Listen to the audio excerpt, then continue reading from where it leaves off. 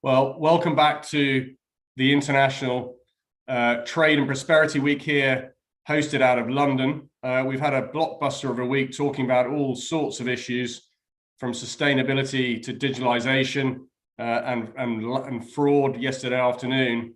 Today is our last day, last session, and we'll be talking about responsible business conduct. And I think this is an important point in the week in terms of the how we go about trade, the how we go about international business, and that ties in really well with the themes and topics of the conversation that we've had this week. So can I just say to all the audience, please don't forget that all the content is on YouTube. If you have missed it or colleagues have missed the week, you can download all of that content through our YouTube account. Please do interact in the chat room. And please do ask questions all the way through the session. We'll be feeding those to the speakers as the panel discussion goes on. I'm absolutely delighted to introduce our moderator today, Gonzalo Guzman. He's the Chief Counsel on Ethics and Compliance at Unilever, and he's also the chair of the ICC Commission on Corporate Responsibility and Anti-Corruption. There isn't anyone better in our network, I don't believe, than Gonzalo to moderate this discussion. It is super relevant to everything that we do. So if I can hand over to you, Gonzalo. Thank you very much, Chris, and hello, everyone. A pleasure to be here today. This is a truly international conference. My usual seat is in London, but today I'm connecting from Mexico.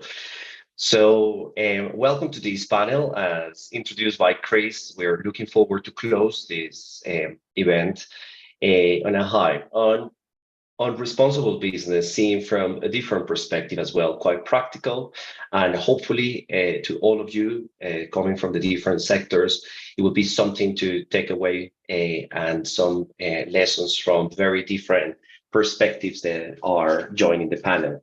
So let me introduce those speakers that are joining the session. The panelists will, the first panelist is Henty Derker. Henty is the Chief ESG and Integrity Officer at SNC-Lavalin. So hello, Henty. So we have Louis Marshall as well, Senior Advisor, Minerals and Extractives in the Center for Responsible Business Conduct at the OECD in Paris. And finally, we have Zachary Cosiglia, Managing Principal and Head of Innovation at the Ropes and Grade Insights Lab. So we have an in-house Chief Compliance and Integrity Officer, Integrity and ESG Officer. We have a member of the OECD, and we also have someone doing some very interesting work out of a law firm. So we're really looking forward to discuss three topics that we decided that were going to be quite relevant when we're talking about trade, prosperity, and times of turbulence as well. And it's how we actually ensure that responsible business conduct is delivered in the right way for businesses. So three words that we're going to use today to drive our panel is effectiveness, integration, and advocacy. So why? So effectiveness is definitely a buzzword, but it's definitely a standard as well when you are developing a compliance program. And integrated compliance is really just bringing the best of all the management of different risk programs in a coherent manner. And advocacy is just bringing really the power that you have, no matter what the size of your business is, in order to produce positive change in the external environment. But I'm not going to start talking about each of these words. And I think I was just going to talk quickly to Zach. So Zach, why effectiveness? Why everyone is now talking more and more about effectiveness when talking about business integrity or ethics and compliance? Yeah, it's a really interesting thing, because you would think that talking about effectiveness wouldn't be sort of a trend this late in the game, but it is. And I think that the reason that it is now is because it should have been where we started. It's in some ways the most important element of this entire topic. For years and years and years, we've seen a tremendous amount of effort put into building compliance programs, put into developing ethics and integrity programs. And I think we've continued to also see misconduct arise. And the discussion around effectiveness, I think, is born in some ways out of frustration that's come from the continued investigations, the continued missteps, the continued prosecutions, the continued noncompliance. And so effectiveness is all about making sure that the things that we're doing are actually working. And that just seems like the most basic concept in the world, but that's why it's so important. Our programs, I think, have for a long time been built by super smart, well-meaning folks who are often getting in a room and trying to come up with the best way. And what we're hoping to see and what we're very much kind of advocating for is, let's not just be well-meaning. Let's actually hold ourselves accountable and measure in meaningful, data-driven ways whether or not the things that we're doing are achieving the outcomes that we hope for. Yeah, absolutely. I think it's quite timely. So just a few days ago, we had our meeting of the Global Commission on Anti-Corruption and Social Responsibility of the ICC. And one of the projects and initiatives that we have is the update of the anti-corruption rules. So it's very exciting. They were last updated in 2011. So that's a work that we're going to start, hopefully with many of you being part of the consultation.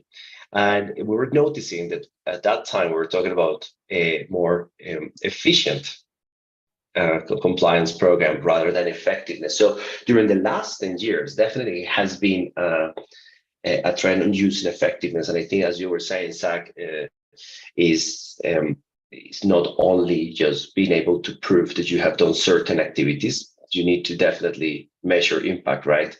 Yeah. I mean, if I'm being honest, it feels a little silly to be sitting on a panel saying that, because it just seems so obvious.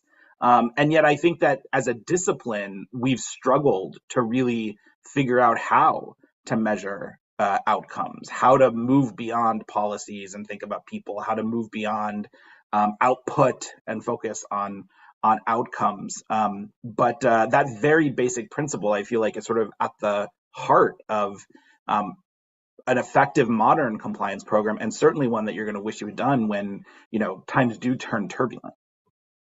Absolutely. So an example of that would be training.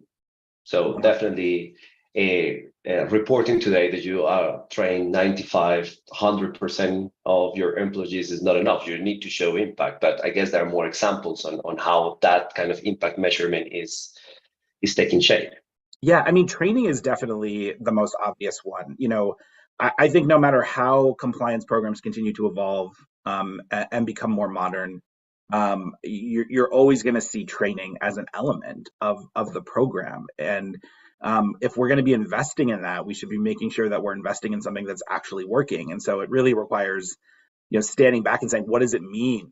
What does it mean for a training to actually be effective? And for a long time, as you say, Gonzalo, it's been measured by, have people taken it? What's the completion rate?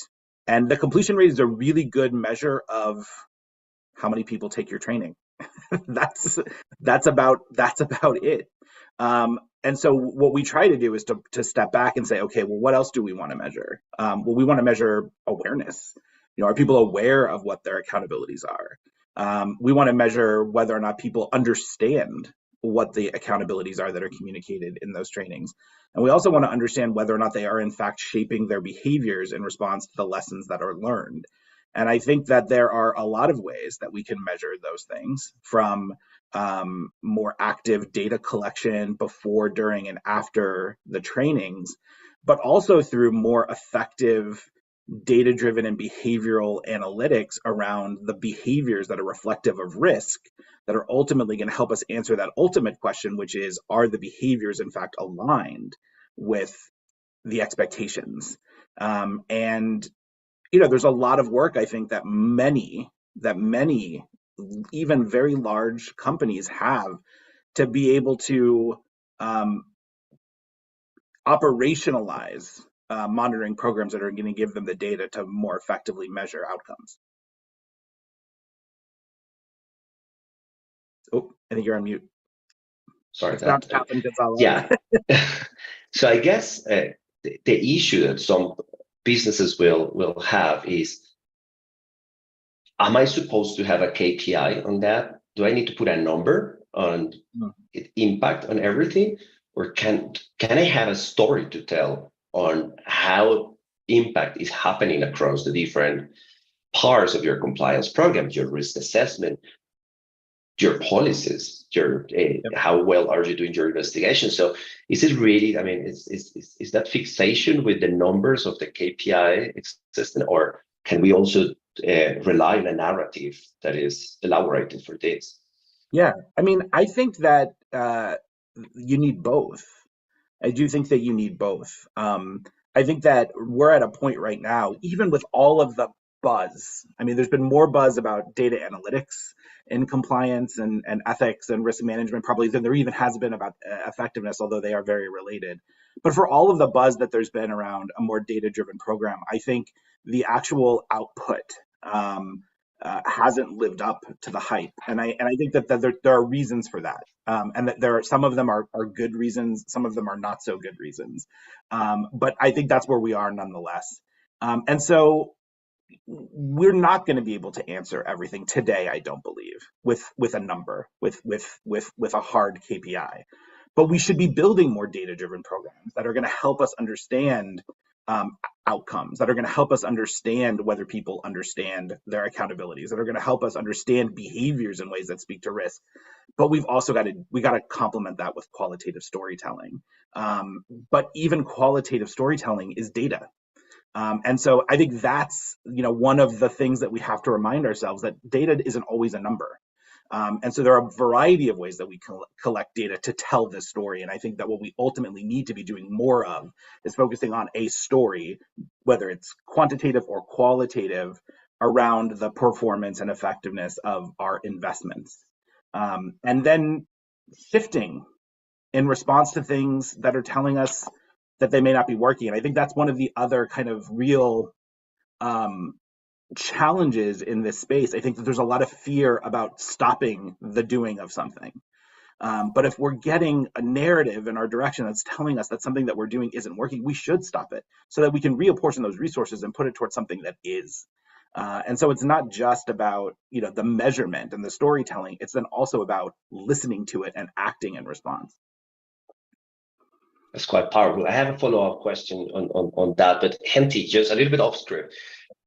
Before I go back with my next question to Zach, any reaction? I mean, you run an integrity program with all these metrics. I have seen you even have an annual report you publish quite openly.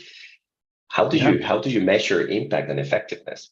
No, for sure. And as Zach was talking, I was thinking, taking a step back, building a compliance program, you typically start with a compliance risk assessment and you try to understand where's your risk from a company perspective, and you put controls in place. And as he was saying, a lot of clever people, put things in place.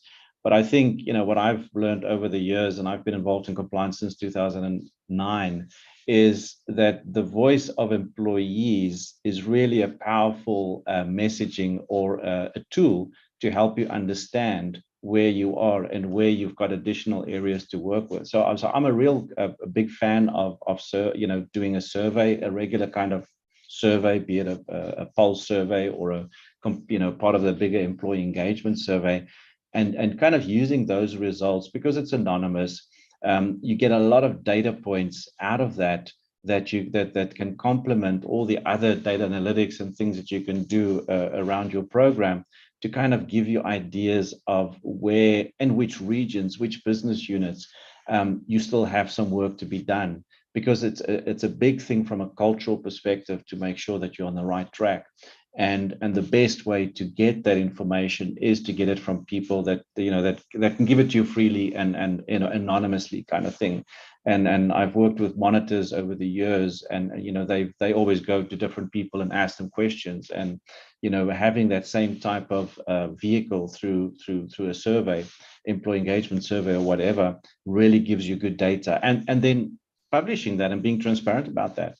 And we do that as part of our annual report. Is we do report on from an integrity perspective, how we are doing, how employees globally see how we are doing, and then also using that actually as part of our bonus and incentive structure to kind of to help management, guide and communicate more. Because one of the biggest things we've seen is managers that communicate more about integrity, you've got a much more engaged employee base on that.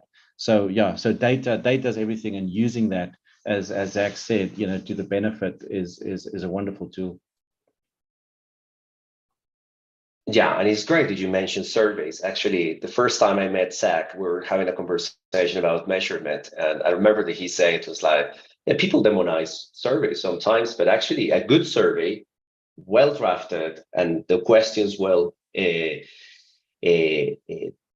thought, and just to beat bias, etc., is a powerful tool. So definitely. So Zach, going back to you mentioned, for instance, data analytics. So I guess the kind of jobs that are now coming to compliance are changing. From, if you just go back 10 years ago, you were hiring very different people. So if you were to assemble your dream team in an in-house, what kind of people would you hire to be part of your business integrity or compliance program these days? Wow. I mean, I would honestly, I would build a team very much like the team that we have at R&G Insights Lab. I mean, we are a compliance consultancy, and I think that we have a variety of skill sets that would be among those that I would want to see in a in-house compliance department. So we have lawyers, we have data scientists, visualization experts. I'd also want, statisticians, engineers, which were all skill sets that I had when I was a compliance officer at Pfizer. And at the time, that was very unusual. We sort of built one of the first compliance embedded analytics teams, and I think that is really important. We also have here behavioral scientists. So my team includes both a cultural psychologist who really specializes in helping assess and measure and develop interventions to improve or nurture culture.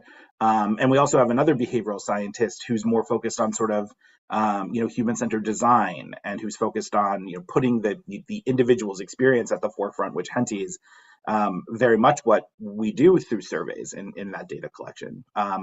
I'd also want people who are incredible writers and communicators. And so on my team, for example, we have former journalists and storytellers who are able to take policies and procedures and trainings that may feel rote and corporate and make them things that are going to actually connect with people. And I think that that's ultimately such a huge and overlooked part of compliance and ethics and risk management. We are in the business of selling a product to employees who are often not like super excited about buying this product. So it kind of, underscores the need to connect with people, to connect with the humans who've got to work with those policies, who've got to, develop trainings that are going to actually get the messages across. So, and then just, creative people. That's what our team looks like. And that's what I would build if I was starting a compliance department from the ground up. I totally agree. I think the way I have been updating our job descriptions for people that we're hiring around the world has definitely changed, and I can see it in the way we have evolved the different versions. And also because we need to respond now to challenges that are beyond anti-corruption, beyond money laundering, beyond some of those areas that were the origin of many of the compliance programs of the companies that we work for. So Henty, just going back to you on that point, and what Zach had mentioned, I think your job title is a super interesting one. I think it says it all in how these jobs are evolving as well. So you are Chief Integrity and ESG Officer for such a large organization. So how did you, and if I remember well, you were Chief Integrity Officer, and then the ESG came afterwards. So how it came that it changed like that? And just tell us a little bit about the story, the thinking behind of integrating this into a role like yours. Yeah, sure. And by the way, I'm an engineer. So and from Zach's team, I'm one of the not normal, lawyers, and coming from Siemens back in the day, I think they were also really trying to build their teams around not just having lawyers as integrity officers, but having people from business, having people from finance, having engineers kind of in that role, because that way you just get a diverse. It's all about diversity, really, and getting a diverse set of people around the table. So yeah, I joined S&C Lavalin in 2015 as Chief Compliance Officer. It was a newly established program. And over the years, I think as the program developed, we realized that we wanted to, from a rules-based more to a values-based type of program. And when the company redid its values, when we acquired a big British company called Atkins, we came up with, let's use integrity, because integrity is all about doing the right thing. And it's a big umbrella under which you can actually park multiple things, and not just anti-bribery and corruption, as you said, but also things over the years like regulatory compliance, data privacy, export control, trade sanctions. It's all about having the right controls in place. And then as our journey from a sustainability perspective, I think, started to mature from 2019, when we did our first real materiality assessment. In 2021, the board and the CEO, was really looking for how do we take our approach to ESG to the next level? Because again, ESG, being a sustainable company, is all about doing the right thing and being transparent about doing the right thing. And I think they felt that from an integrity perspective, we've done a lot of good things in terms of putting the right types of controls and program, raising awareness in place. And that's kind of what we want to duplicate on, and that's how the role, got associated with my role, was really to coordinate and be responsible for that strategy and that messaging. And I think in our pre-discussion, I was saying, I sometimes feel initially, when I got on board, I felt like a cat herder, because there's a whole host of silos and governance areas under which the ESG umbrella kind of lives. And making sure that all of those silos come together in a unified strategy and moving forward, I think in a lot of companies is the biggest hurdle.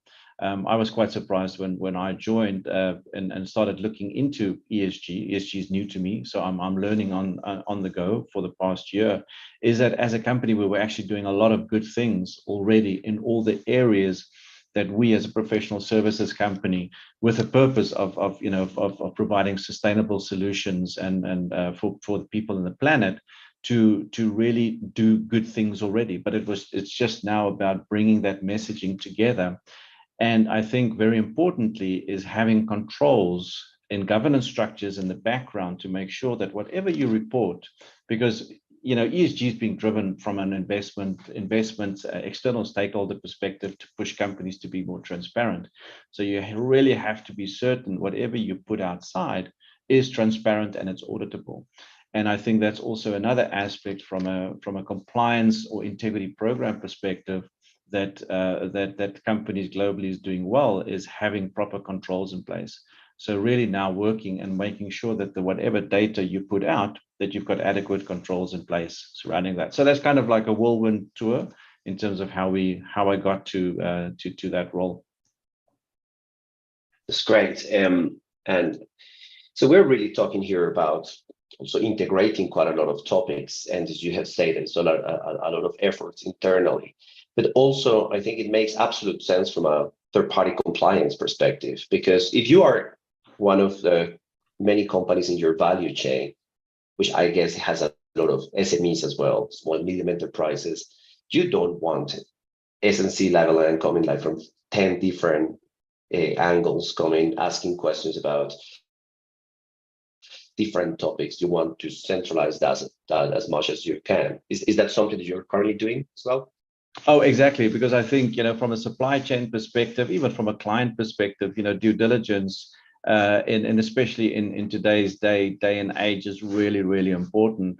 And what we found, and we're implementing a brand new supply qualification vendor management system that will incorporate a lot of different siloed approaches in the past, exactly as you said, when we onboard a supplier for a project, and then just making sure that you've got one unified approach in in establishing, your relationships with third parties and making sure that they hold the same values that you do, and that you are able to report in a consistent manner again in terms of all the supply chain and third parties that you have from a company perspective.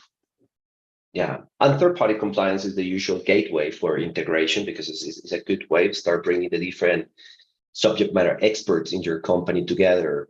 But what I see now as well is our efforts are now going as well to integrating risk areas in risk assessments, in trainings. So people don't have to go and take different trainings, but they can just have a whole package where people just get the lesson of the real life, because misconduct doesn't happen in one area. There's usually different things that happen at the same time. And I'm very happy that we're having lots of questions now coming through the chat, and thank you everyone in the audience for sending those questions as we speak. We have some time at the end, but I will start throwing those questions because they fit quite nicely on what we're discussing.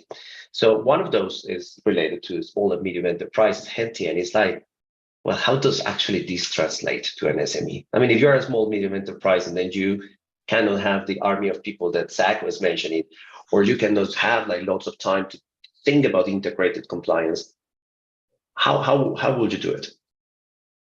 That's always the $1 million question, I think, especially for a small medium enterprise. We do a lot of mentoring in terms of small medium enterprises over the years. From a World Bank perspective, we've helped them a lot, as well as other organizations.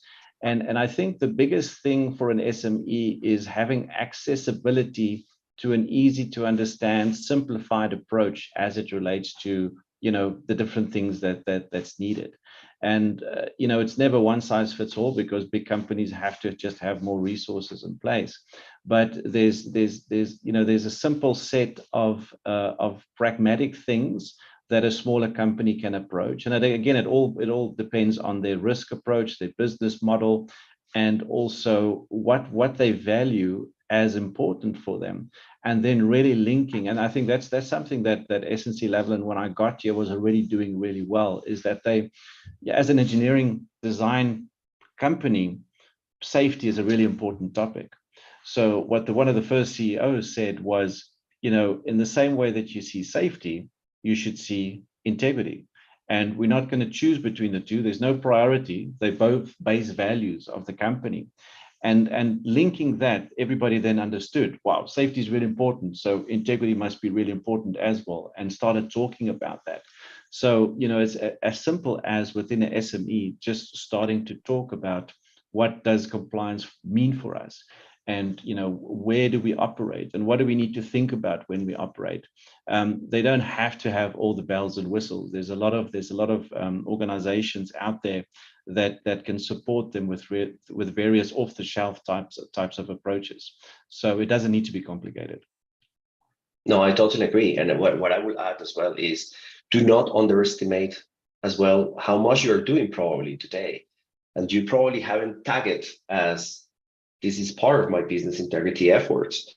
But even if you're a small and medium enterprise, I'm sure you're doing quite a lot to enhance your governance, to enhance the way you treat your employees, the way you educate them to do their job in the right way, in order to be a well-known player in the market that is acting with integrity. And sometimes it's just bringing that narrative together. And there is another question, and probably, Zach, this one goes to you, which is, well, I mean, if I'm a small company or any company at all, what sort of technology do I need to have to start just producing those data analytics? So then my question to you as well, adding to the question from the audience, is like, I also underestimating the kind of regular tools that we have in front of us to do this job and to start the job. Yeah. So look, there are big companies that are investing in sort of really bespoke, customized technology solutions, and have for some time. There are, medium-sized companies and some large companies that are, getting, as Henty said, off-the-shelf solutions that are enabling them to sort of progress their program, to accelerate their program at a much faster pace. And there's cost associated with that, and I understand that for some organizations, the cost that's associated with that may be prohibitive. But you don't always need that. And where I always go is that the data that we need to more effectively understand and manage risk is the same data that you would think the business needs to be able to effectively manage its business. And so it could be something as simple as just asking questions and looking for the data that's going to help you answer them. So if we're talking about third-party risk management, well, how many distributors do we have? Where are they? That seems like a business question that should be able to be answered, but that can also, through the lens of risk, really be helpful in, doing a risk assessment or more effectively apportioning our resources. What are we getting out of our due diligence? What is the data from our due diligence telling us not just about who these people are, but how who they are potentially contributes to risk?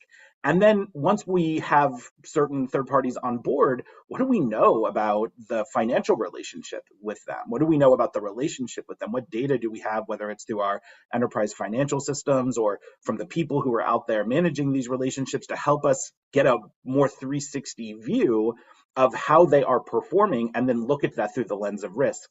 There are a lot of, as I said, tools that are helping folks do that in a more technology-enabled way, but that data should exist within your company, and it's just about kind of seeking it out and then querying it, like literally just saying, what is this telling me about risk in ways that without it, I might not know and may not be able to kind of develop more effective plans or have more kind of data-driven decision-making.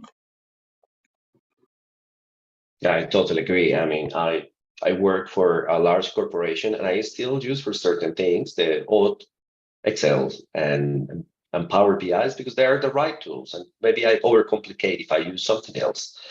And also don't underestimate as well the power, for instance, of the latest Microsoft tools. I mean, it's there, and you can start from there and build stuff. But now, Louis, thank you very much. You have been very patient, just listening to all these discussions about effectiveness and integration of compliance in businesses. But actually, the bar seems to be getting higher and higher in terms of the expectations to the private sector, but also to the public sector.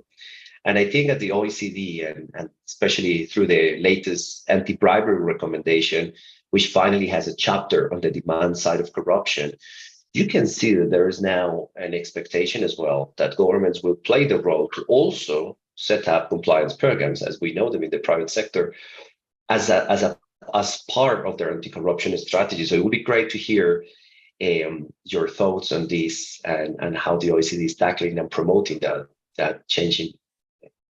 Thank you very practices. much. Yeah, thank you very much for the invitation. I'd just like to get started with a couple of points on background for the latest anti-bribery recommendation. Actually, the 2021 anti-bribery recommendation seeks to update and expand upon the 2009 recommendation with a view to further supporting its full implementation by reflecting recent trends and challenges in the foreign bribery field. So as a consequence, a host of new sections have been added to the recommendation, including sections on protection of reporting persons, sanctions and confiscation, international cooperation, a guidance for countries using non-trial resolutions to enforce foreign bribery laws, or incentive for compliance. But indeed, as you pointed out, one of the most prominent evolution of the recommendation consists in language on addressing the demand side of bribery.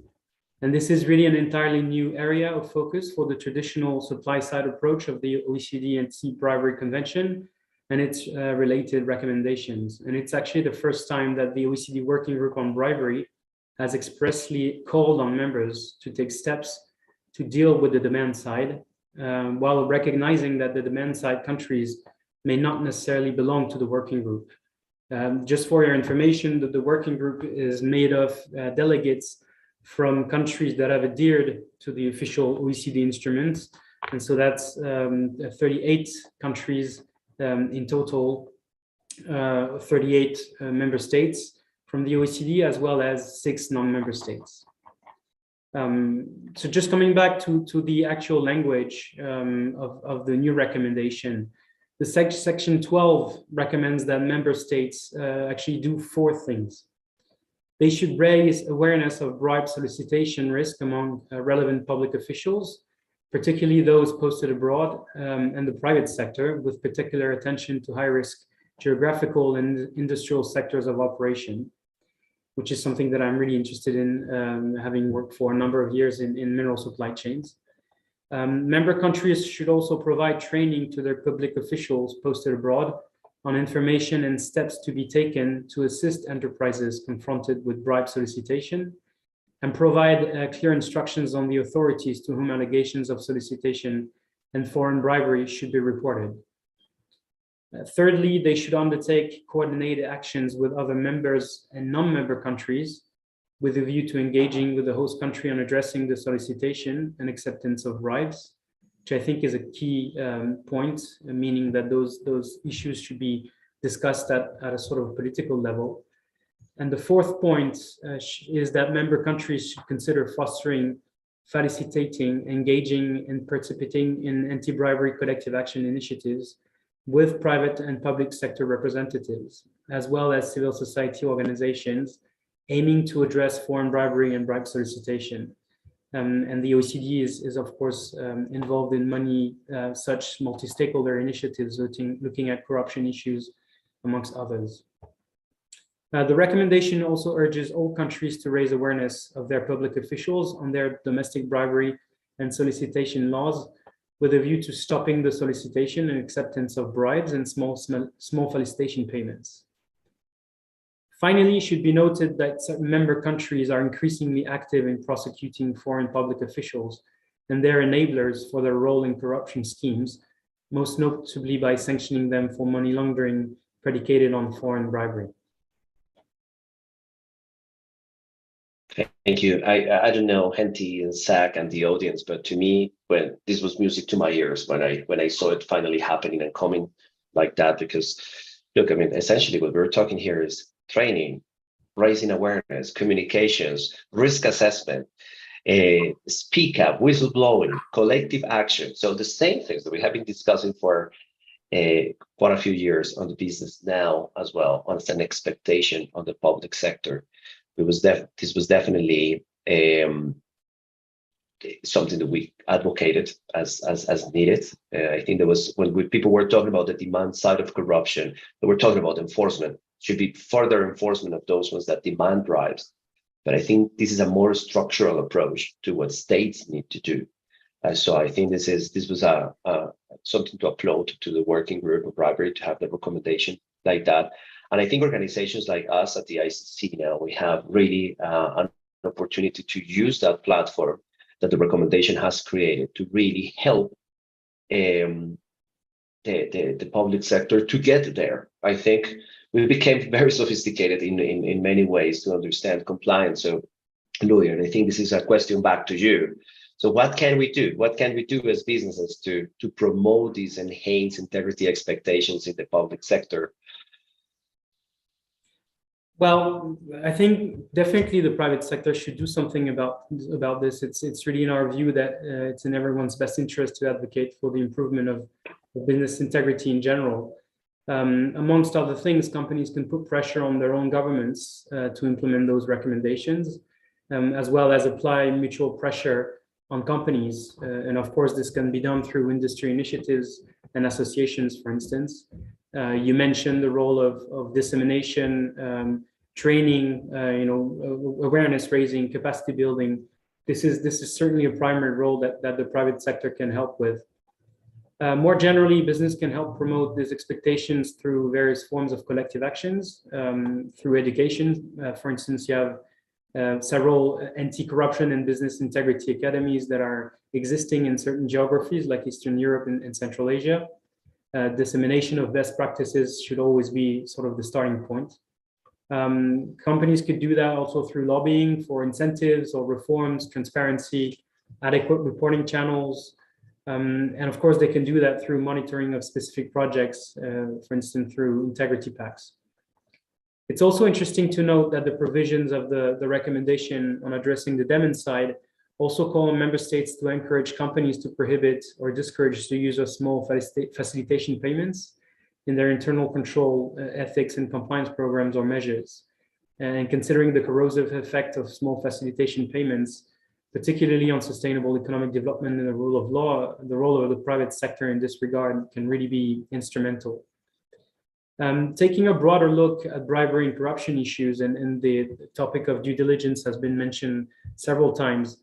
As you all know, there is now an increasing set of expectations on companies to undertake due diligence in their supply chains, to seek to identify corruption risks, going beyond first years of suppliers or established contractual relations.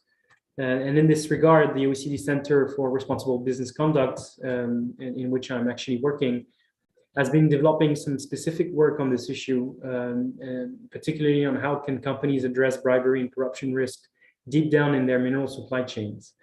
And this is obviously getting increasingly important in the current context of the renewed investments in the mining sector to produce the metals needed to transition to a low carbon economy.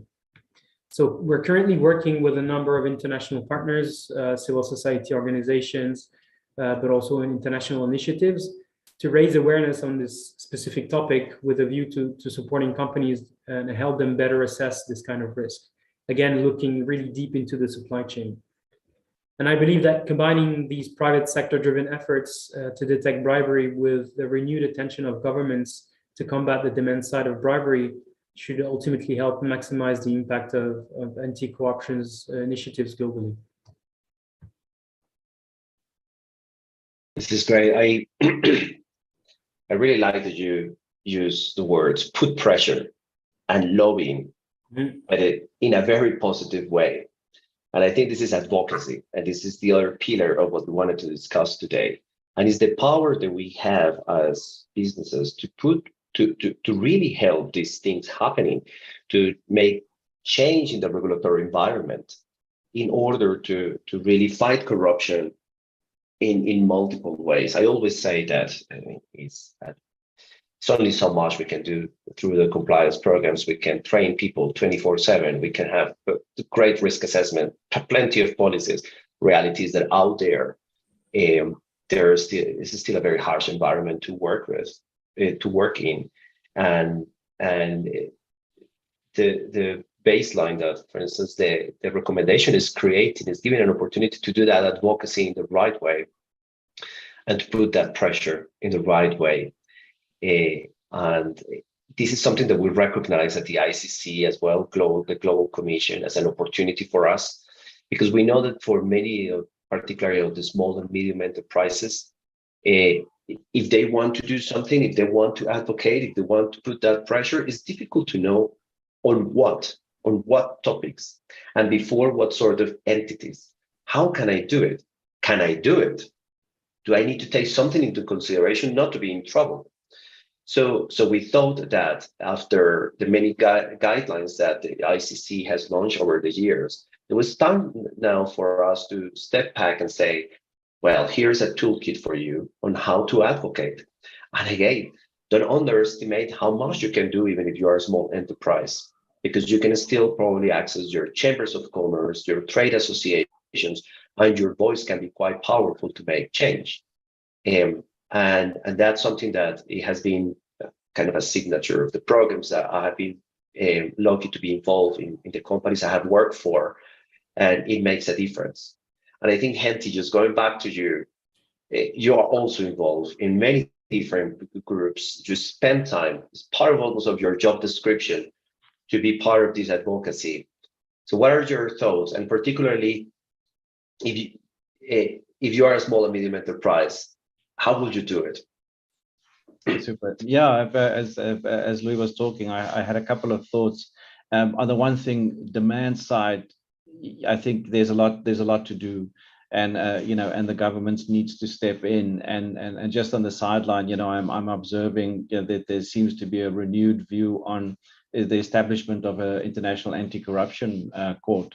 And there's some movement on that. So interested to see where that goes and whether that could be successful or not, because I think there really has to be more accountability on the demand side as well. In terms of getting involved, I'm passionate about collective action and outreach, because I think a good integrity or compliance program, as you say, there's only so much that you can do on your own. But you are working with clients, you are working with your supply chain, you are working in risky countries. you need to get out there and work with everybody else out there as well. And there's a whole host of ways of doing it. And, you know, a lot of value that I have found has been through the Basel Institute of Collective Action. It's kind of the go-to organization, I think, for anybody that in a country, or if they're thinking of what can I do, you know, reach out to them, look at their website. They keep a list of different organizations, associations, initiatives in different countries that one could get involved in. Another one that's really doing a lot in terms of SME training is somebody like Alliance for Integrity. And their main focus is actually to get corporations and compliance officers from different companies to kind of give training to SMEs. So you kind of get to develop your compliance officers by getting interaction with SMEs. And then there's also a new initiative now from the OECD together with the Basel Institute. It's called Compliance Without Borders, that you also might be aware of, where they're also looking at supporting state-owned entities of providing support from big corporate companies that have well-established programs in place to kind of learn them or help them have more robust controls in place from a governmental or from a state-owned enterprise perspective. So from an SME perspective is, if you're working with big corporations, reach out to them, you know, learn from them. You know, we are always, as I said, we mentor some SMEs, or we have in the past. I think there's always a willingness to help your supply chain or people within your organization or industry to help them to learn more about it and to establish, because the more people that have established programs in place, the better it is for all of us, from leveling a playing field.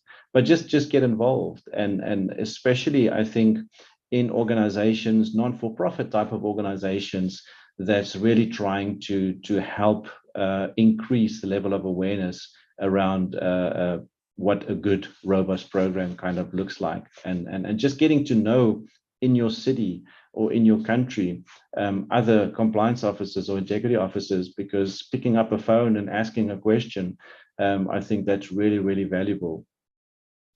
Absolutely. There was a question as well coming from the public on examples of large companies also helping the value chain get there. I think you have given some amazing tips. It's a great question, actually, because I think we're seeing as well the move from companies that just go and say, well, my third party should have these and these and these and that through a third party code of conduct or third party expectations, etc. But I think I see as well a move to be a little bit more realistic and to say, we're partners here. We want to get you there. You should have some minimum standards to work with me, but we're going to get there together. That's certainly one position we have taken with our third parties. But I can see that kind of almost collective action with your value chain, and understanding that there is a journey to take, which I like in a way, because it just also helps managing an over ambition that can just lead some unethical behavior. And we can come back on that on ESG, because we have a great question as well on greenwashing. So I will come back to you, Henty, on that. But Louis, back to you on advocacy. I mean, you work quite closely with the extractive industry. What are you seeing in terms of that kind of advocacy and putting that positive pressure coming from that sector?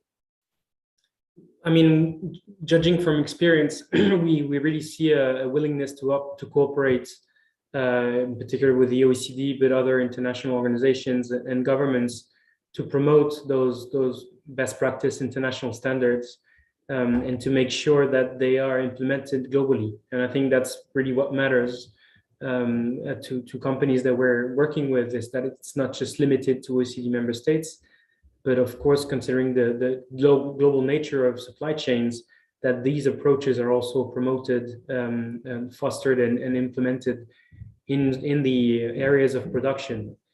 So we're really often talking with alongside companies to again advocate or lobby producing nations in particular, or trading nations, to just promote those international best practices to ensure that you end up creating that truly global level playing field that would enable companies in OECD member states in particular, but in general, to thrive in a sort of competitive way.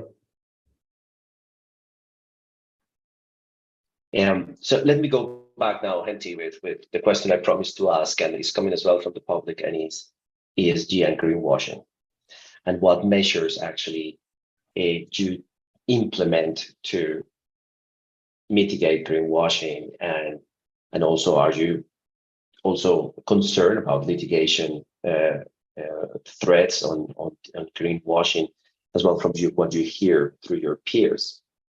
Yeah, well, I think, what we're seeing is, because there's really a push for regulating or making it more regulatory requirement to report on ESG from be it from a TCFD, on carbon, on climate, and all those types of things, and depending on the jurisdiction. And as those regulations come into place, of course, the enforcement will follow. So I think as any organization, you have to be really careful in terms of, and I think if you are within an organization, speaking up if you feel that your organization is saying things that they might not be able to back up. And I think that's why it's really important that anything, because sustainability, ESG, is a lot of the non-financial things that's always been talked about, but not really have been audited in the past. That's changing. So there's a lot more scrutiny, or needs to be more scrutiny going forward in terms of companies before they actually do report on how much sustainable revenue, for example, they're doing, or how much greenhouse gas emissions they're reducing year on year, is to be able to say that we're saying that, and by the way, it has been audited by our auditors from validity perspective, because in that way you are making sure that nobody can, I think, accuse you of greenwashing. But it's changing. And I think that's why it's really important for companies to take that step back, have a look at what are we, talking about publicly. Are we putting values in? Are we making statements? And that's outside of our normal financial annual reporting mechanisms. And if we are, do we have the necessary backup data to back that up? And has it been audited? So I think that's really important to make sure that you don't fall into any type of greenwashing trap or litigation. Yeah, I totally agree. And I think that this is a great opportunity for those that are working on the G side of ESG to really bring this into the spotlight. And I guess a lot of the people in the audience today are coming with that hat. And I really call this this next frontier as the ethical delivery of ESGs. I think there is what business ethics and anti-corruption and the many other components on the G need to really ensure that the company is delivering those commitments in the right way, without circumventions, and also just to challenge over ambition on the company and on the value chain, because sometimes what you may create is a pressure like we saw and we discussed widely on sales, on putting lots of pressure on performance, and that leading to misconduct. You may be putting some pressure on your waste management reduction, on deforestation goals, water, etc., that your value chain may not be prepared to do. And what you end up is with an unethical delivery, because things may just be passed as something else in order to comply and to be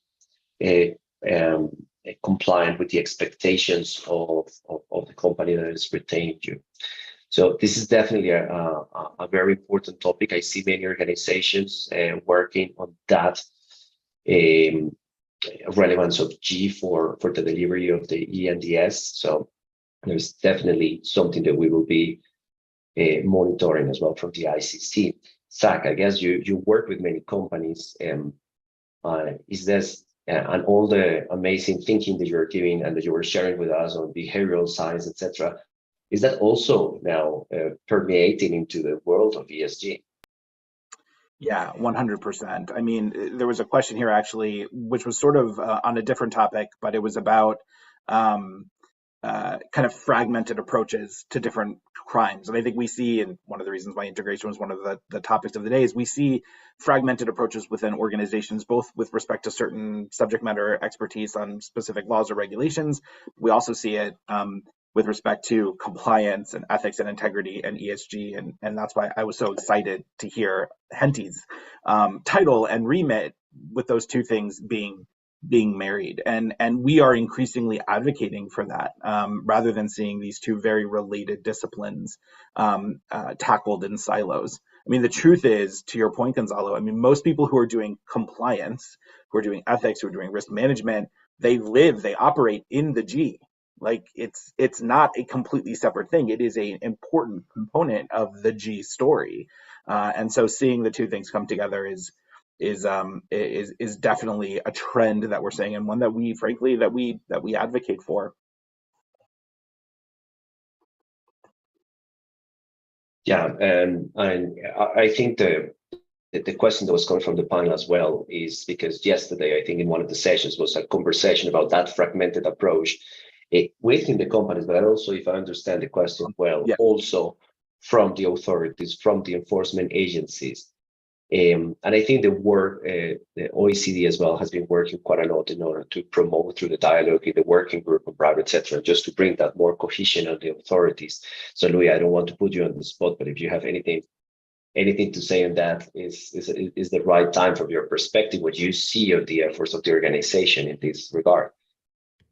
Yeah, this is certainly going a bit outside of my comfort zone, but what I can tell from my experience, again, is that there is a renewed interest to bring various parts of the law enforcement world together to start looking at those criminal activities in a comprehensive way, and stop looking at just corruption on one hand, looking at money laundering on the other hand. I think we have the FATF plenary, so Financial Actions Task Force plenary meeting this week here in Paris. There is a willingness by the incoming presidency to start looking at corruption seriously as a predicate offense of money laundering. There was the last presidency from Germany was looking at environmental crimes as a predicate offense of money laundering. So there is a renewed interest in trying to understand the connections between the various criminal activities in order to be better able to tackle them and disrupt criminal organizations that ultimately take advantage of those weaknesses.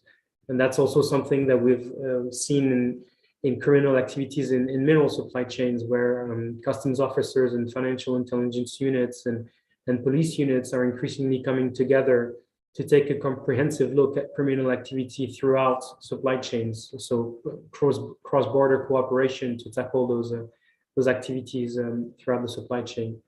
So I don't know if that quite answers your question, but that's what I've seen from my experience. Yeah, no, thank you very much. And to the audience, this proves that we are not a fully scripted panel. We're just really working with your questions to go through these conversations. So I really encourage you to continue asking questions. They're really helpful to drive the conversation. And I think in general, we have been talking really about culture, right? I think we haven't used the word a lot in the panel, but at the end of the day, this is what lies behind and change on the culture of measuring your program, the culture of advocating more and making that part of your programs, the culture as well within the public institutions of bringing the traditional compliance as part of their DNA. But there is a world on culture measurement and culture transformation. Zach, I think you have been working, you have the experience of obviously working in-house before the role that you currently have, but you now are really at the forefront of thinking on that next frontier on how we're going to measure cultures. Tell us a little bit what is coming next. Yeah, I mean, look. So first of all, I think culture is everything. If I always say that if we were to do a really good root cause analysis just about any time something goes wrong, if we ask enough why questions, we will eventually get back to some form of cultural shortcoming or a cultural context that plays an important role in whatever it was that happened, whatever misstep happened. I think that the challenge has been that our approach to culture, I think, for much of the time that this has been part of the discussion, has been a little reductive. I think we've seen culture, an attempt to sort of reduce culture to concepts as simple as tone from the top, and to think exclusively of things like maybe like incentives. And in reality, I mean, culture is complex, and it requires sort of complex responses in the ways in which we measure it and the ways in which we work to shape it. So what I hope we see next is a more intentional and modern effort to measure culture in the same way that we have seen, over the past 10 years or plus, a focus on, measuring risk. So in the same way that everyone sort of does a risk assessment, I'd like to see, folks really doing a more intentional, data-driven, more sophisticated approach to measuring culture. And I think this is actually a good time to answer one of the questions that came up early on, which was, someone said they totally agree that measuring in a meaningful data-driven way is key, but the challenge would be, how do you validate data collected, particularly from a survey, without a common methodology? And a survey is one of the tools that we would often use to measure culture. So I guess I would say to that, have a common methodology. And so what we increasingly do and encourage our clients to do is to find ways to move past the traditional liquor culture engagement survey that is built around sort of a series of multiple choice questions on the spectrum of strongly agree to strongly disagree, and try to measure culture in a more complex, in a richer, in a more narrative driven way. And so we do that by encouraging folks in developing questionnaires that are more about collecting individual experiences and storytelling. So instead of just asking, for example, on a scale of 1 to 5, react to this statement, I think leadership at our company, or I or my team, prioritize ethics and compliance, strongly agree, strongly disagree.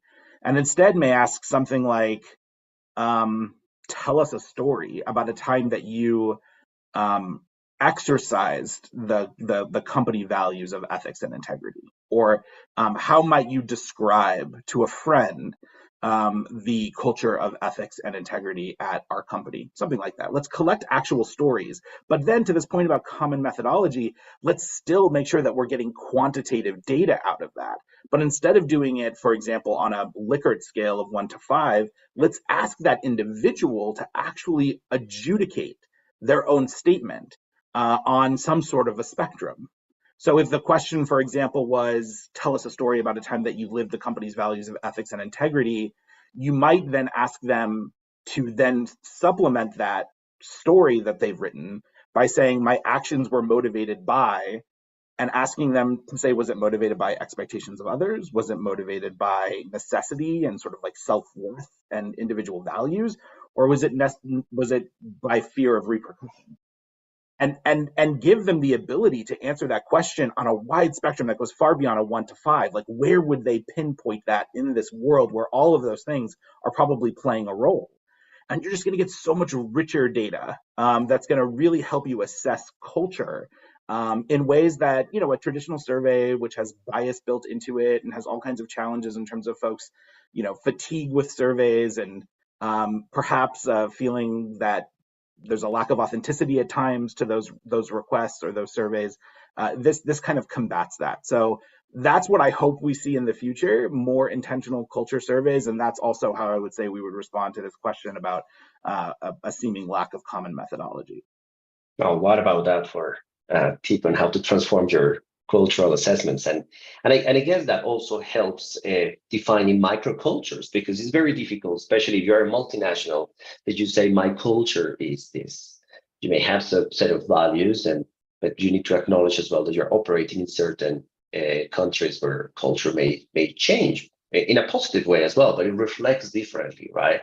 So I guess methodology like that would be able to address that, right? 100%. I mean, I think that one of the other sort of at times missteps or misconceptions of culture review is that, you know, an organization's culture can be monolithic, that it's one thing. It's a lot more than one thing. And, you know, when we take data-driven ways to sort of collect that data, whether it's through a more traditional survey or through something more along the lines of what I described, I think it's then about analyzing the data and finding how there are differences across geographies, across teams, and creating affordances for those things that are really working in certain places, and, you know, trying to find ways to bring those to other parts of the organization where current state may not necessarily be performing as positively. That's great. Well, so as we're approaching quickly to the end of the panel, but I want to just give perhaps to each of you 2 minutes free time to really just to say your last few tips, just few words on any of the topics that we had today, on effectiveness, integrated compliance, advocacy, and leave the audience with something else to take away.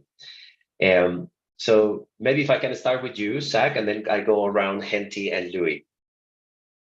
Yeah, of course. I'm going to sound like a broken record, I fear, but I think that I think of this from the perspective of those who are managing this risk from the inside, and who are trying to build programs that work. And I would encourage you to think about building a program that doesn't just focus on the legal, regulatory, and enforcement expectations and requirements. Obviously, that's the foundation. There's no way to get around that. That's super important.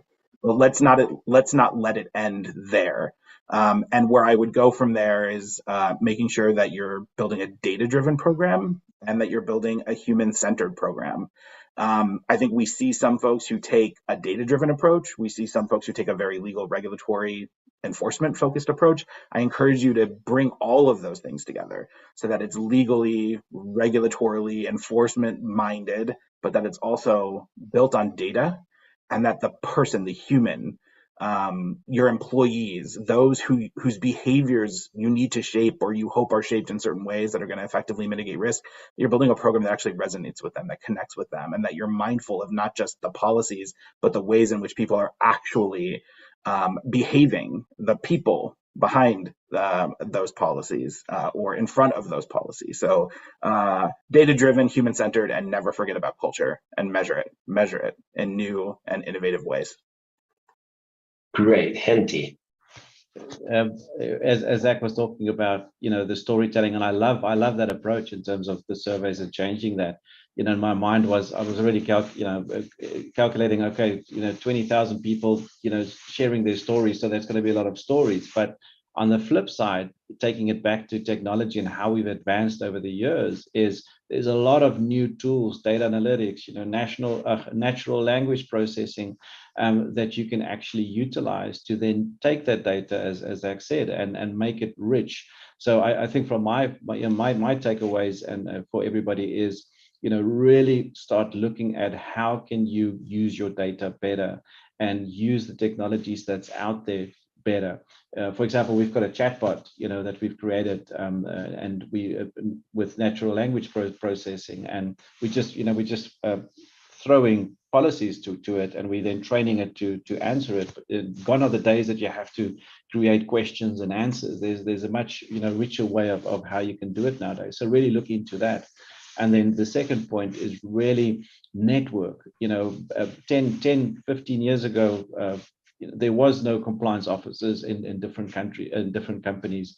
Nowadays, it is a given. So whenever you are operating or working on a project, you know, working with a client, working with suppliers, you know, there's a big chance that there will be somebody on that side that has the whole view from a compliance perspective. So build relationships, and work on problems together, making sure that the cultures fit, and really just network, because you'll be amazed of how easy, and because, you know, from a compliance perspective, there's very little anti-competition for me. It's all about doing the right thing, you know, leveling the playing field. So utilize that to explore and to get to know best practices from everybody else. Wonderful, Louis.